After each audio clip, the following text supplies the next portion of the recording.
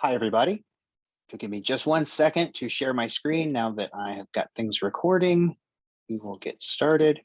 So, as you can see, this is uh, my presentation for the Creative Writing Studies Conference titled The Full Value of Joy, Finding Shared Pleasure in RPG Character Building.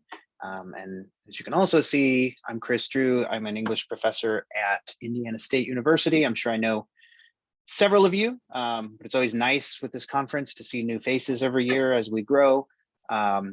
So I will get started. And I'll get started by saying, I won't claim to have read Mark Twain's Following the Equator, one of his lesser known travelogues written to partially alleviate debts he accrued late in life. But in reading about Twain recently, I came across a line from this book attributed in Twain's text to his character, Pudd'nhead Wilson. And it reads, "Grief can take care of itself, but to get the full value of joy, you must have someone to divide it with." While late career Twain is generally too dark for my tastes, I found myself returning to this line in my head as the COVID-19 pandemic first took hold and then worsened. I'm not overly convinced by Twain's assertion that grief can take care of itself, but I think the latter supposition, the idea that the full value of joy can only be gotten when you have someone to divide it with, rang surprisingly true for me as we all shut our doors and began whiling away the hours in the middle of March 2020. My happiest moments at the beginning of this period were the ones spent sitting at the kitchen table with my family playing board games, something we hadn't had time for in months or even years. My least favorite times were spent logged into Zoom. Big surprise, right? Trying to salvage some sort of meaningful experience for my students halfway through the semester in a modality and situation that none of us had signed up for. The difference, I think, was largely about how my family and I were having fun being alone together, while my students and I were struggling at feeling alone even as we came together.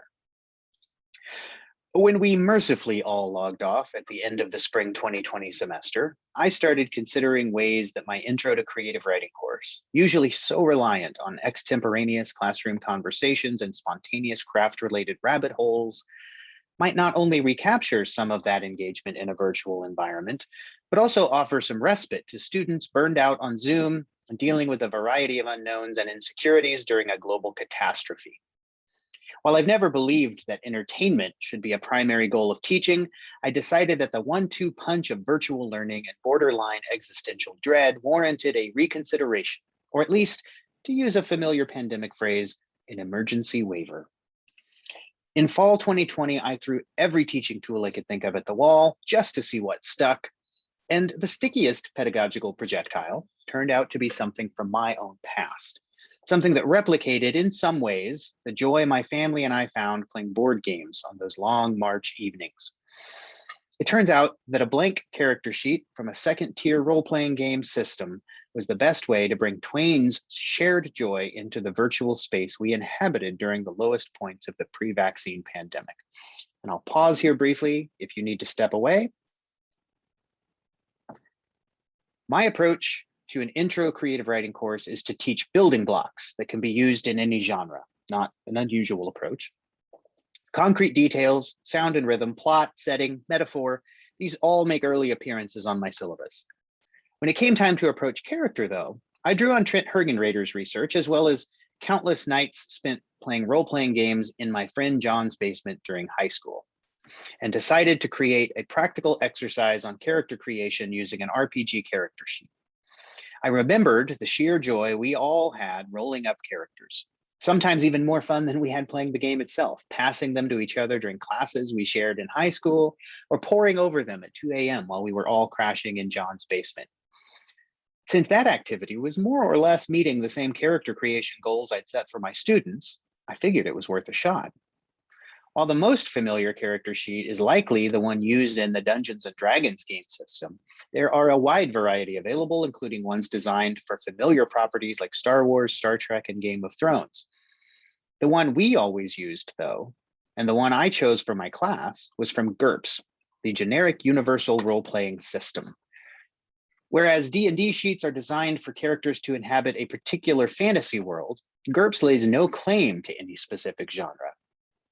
You can roll an axe-wielding barbarian, of course, but you can also roll a superhero, a cowboy, or an office worker. The key is using the mechanics of the game to decide what basic attributes your character possesses and how proficient or not they are at certain skills, not a dissimilar process to how we begin the character invention process in fiction writing. Now, a quick caveat. A good deal of in-depth scholarship has been done on the specific pedagogical value and uses of game-based learning, both generally and in the creative writing classroom specifically. I will happily point you in Trent's direction for more on that, or to an assortment of scholarly articles online. My focus here will be on how one particular aspect of a particular game helped foster camaraderie and pleasure during a trying semester, while yes, still meeting course objectives. Having said that, while this presentation doesn't allow time for me to go over the more complicated rules and mechanics of the GURPS sheet in great detail, a few specific aspects we used in class are worth pointing out. First, the student has to decide on some basic aspects of the character: their name, height, weight, and age, along with a short description of their basic appearance. Most of my students chose typical human characteristics here, though a few students rolled superheroes, halflings, vampires. The key to this first section, though, is appearance, which only allows the student a single line of about 4 to 5 inches to write or type whatever they decide is important. I shared a fillable sheet so they could type directly onto it if they chose to, or they could print it out and handwrite their sheet. This limited space forces students to prioritize their ideas in ways a more traditional character-free write wouldn't. Just to give you some examples, scarred forearms is one description that made an appearance on this line. World-weary posture, which I love, is another one. Both suggest immediate story possibilities. After these choices, students are required to spend a predetermined number of points among 6 basic character attributes: strength, dexterity, IQ, health, willpower, and perception. And you may notice strength, dexterity, IQ, health, willpower, perception, those 6 are clear.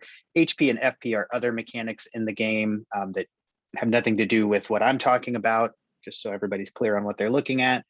The trick, of course, with choosing these 6 attributes is that the limited number of overall points to be spent means students can't have good scores for all of these attributes. This makes them start thinking about their character's limitations. What if that office worker's really smart, but sick all the time? What if the cowboy's got eyes like a hawk, but can't lay off the rot gut whiskey? Again, the stories begin to suggest themselves.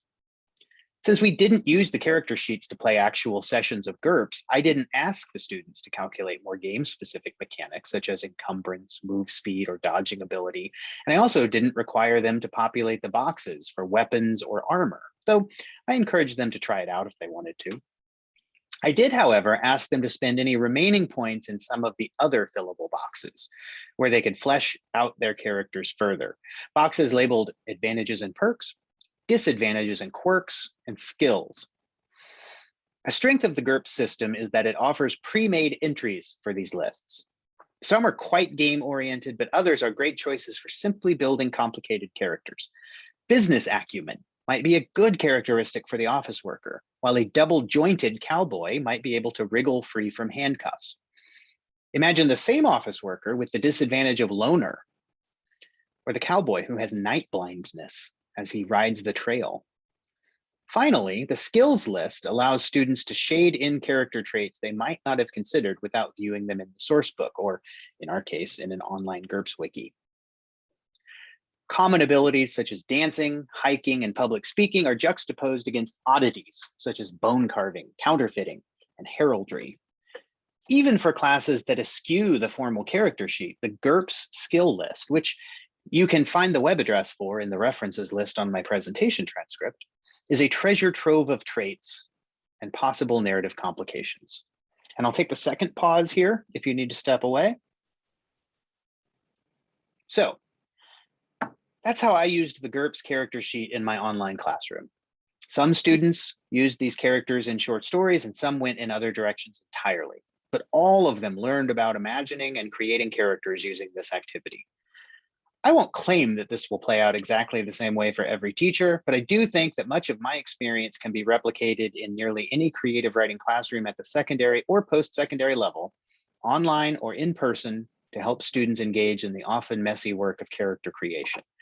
Our experience wasn't perfect, and it didn't solve all the frustrations of Zoom, but overall, I do think it brought some joy and pleasure back to a class that had been almost wholly bereft of both during the previous semester.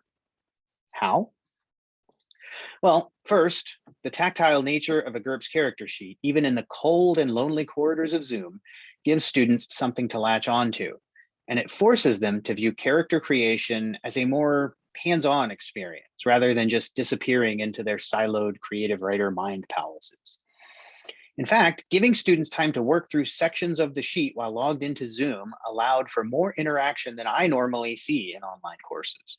A lot of questions popped up in the chat or the discussion and were often answered by other students before I could respond. There was also a steady stream of unmuting and actually speaking to each other. I know, shocking, right? Often these comments started as questions about the sheet layout or mechanics, but they sometimes evolved into more conceptual questions about character creation. Okay, one student asked, and I'm paraphrasing here, which is more important, strength or willpower? What ensued was a conversation about how willpower is a type of strength and how the difference between physical and mental strength might affect a character. Since we weren't playing the actual game, the admittedly correct answer in GURPS world about why strength is often more important than willpower as a game mechanic didn't even matter. Students were considering the pros and cons of a physically tough character versus a mentally tough one, all while chuckling at each other's comments and having aha moments as their sheets filled. Basically, they were having fun. Second, I found that students were more inclined to enjoy themselves playing something they recognized as a game. Even if all they were really doing was preparing to play a game they weren't actually going to play. But they were still enjoying themselves more than they typically did while doing activities they perceived as regular coursework, whatever that means. The fact that the character sheet was also coursework didn't seem to matter to them. I don't know if this was due to the sheet being part of a game system, whether it was due to the spirited and collaborative conversation spurred by filling them out, or if it was just due to the perceived change of pace from Zoom slides and reading assignments to something they could play around with and take ownership of. Students, by and large, seemed happy to be futzing with character sheets, which made Zoom learning during these class sessions bearable in a way it hadn't been the previous semester. And finally, I think the joy that comes from congregating and sharing can also be spurred by the teacher participating with the students. Of course, this isn't a new concept either. Creative writing scholars have long championed, for example, teachers writing alongside their students. For me, in this situation, filling a character sheet alongside my students tapped into this sense of camaraderie for all of us. But it also allowed me to tell stories about my character sheets from my high school days, about a mad scientist who created a thermonuclear writing device known as the Gamma Pen, about a nerdy weakling named Solomon who turned into a bloodthirsty werewolf during the full moon. They laughed at my stories because they were admittedly silly, but also, I think, because they appreciated my willingness to share. It helped them share too, and to have fun with their own character stories. So, I don't know exactly what to make of all this yet. That's probably not the best way to end a conference presentation, but in our current mid-pandemic moment, it's hard to know how to view a lot of the work we're doing, the experiments we're trying, and the mistakes we're making. Though I know it's often done in game-based learning, I don't think I'd orchestrate an actual RPG session with these sheets due to time constraints, but I know the sheets themselves will appear in future iterations of the course, not just because they've proven to be sound pedagogical tools, but because they bring pleasure into the classroom for my students and for me. And while such occurrences in the past have usually been, to quote Bob Ross, happy accidents in my classes, I'm coming to see that it's more of a necessity than I realized, and an indispensable teaching tool for moving forward from the pandemic as a changed discipline in permanently altered institutions. So, thank you for your attention. I'm looking forward to chatting with you in the Q&A, the live session. As you can see here, my information, my email, if you want to reach out directly. And as I mentioned, any references to Anything I mentioned in the presentation are available at the end of the transcript that I have provided. So now I'm going to stop sharing, say hello and goodbye one more time, and have a great day.